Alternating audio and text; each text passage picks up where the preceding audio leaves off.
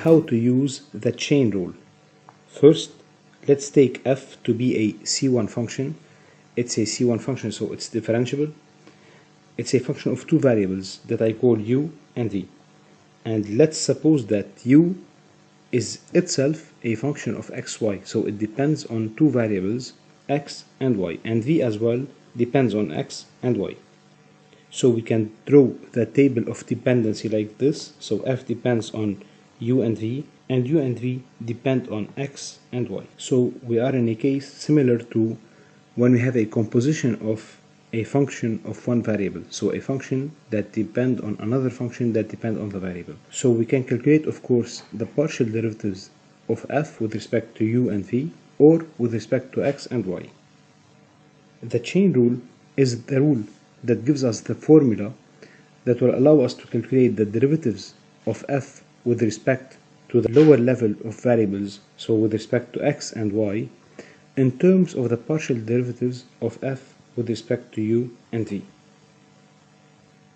It says then that df over dx is equal to df over du, so the derivative of f with respect to u, times du over dx, so the derivative of u with respect to x, plus df over dv times dv over dx. So if we want to calculate the derivative of f with respect to x, we have to take all the paths that goes from f to x. So we have one path going through u, and then another path going through v. In a similar way, df over dy will be, so we have two paths going to y through u and through v, so it's df over du times du over dy, plus df over dv times dv over dy. Let me point out here two remarks. In the case of a function f that depends on u and v, but u depends on x and y, and v depends only on x, then if you want to differentiate f with respect to y, you will take only df over du times du over dy, without the v, because v does not depend on y. The second remark is that I'm taking here the same notation for f as a function of x and y, and the same small f as a function of u and v.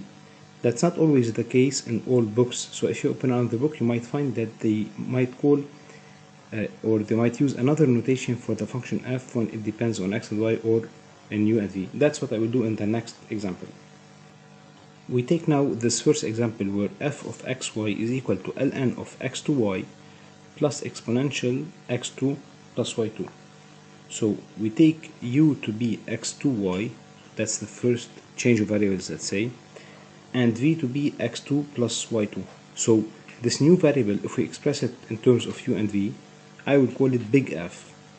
Again, as I said before, we might call it big F or small f. So here I'm calling it big F of u and v, which is in this case ln of u plus exponential v. The question is now to calculate df over dx and df over dy using the chain rule. So we have to go through df over du and df over dv. So we take the first formula for df over dx, that's df over du times du over dx plus d big F over dv times dv over dx. So that's 1 over u, that's the derivative of big F with respect to u. So if you look at big F, that's ln of u plus exponential v, the derivative with respect to u, considering that v is a constant, that's the derivative of ln of u, which is 1 over u, times du over dx, the derivative of u with respect to x, if you look to the variable u, that's x2y, so it will be 2xy. Then df over dv, of course that's exponential v, times dv over dx, which is 2x. So if you go back to replace everything by x and y, you get 2 over x plus exponential x2 plus y2 times 2x. We do the same work for df over dy, that's df over du times du over dy plus d big F over dv times dv over dy.